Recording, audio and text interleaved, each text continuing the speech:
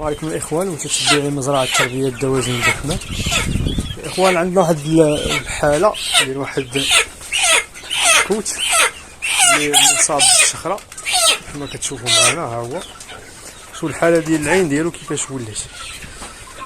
شتي هاد الحاله الاخوان كتكون راجعه للتغيرات المناخيه، مره الجو سخون مره الجو بارد، فهمتوا.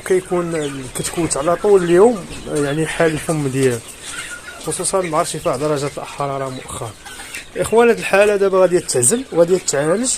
غادي نعطيكم بعض الادويه اللي ممكن تخدموا بهم في حاله يعني كانت عندكم بحال هاد الحاله هذه. هما جوج ديال الادويه تقريبا حتى لثلاثه اللي كنخدم بهم انا، اللي كيكونوا يعني فعالين في علاج بحال هاد الحالات هذه. غادي نخليهم لكم في الفيديو ونخليهم لكم في التعليق. شكرا للجميع.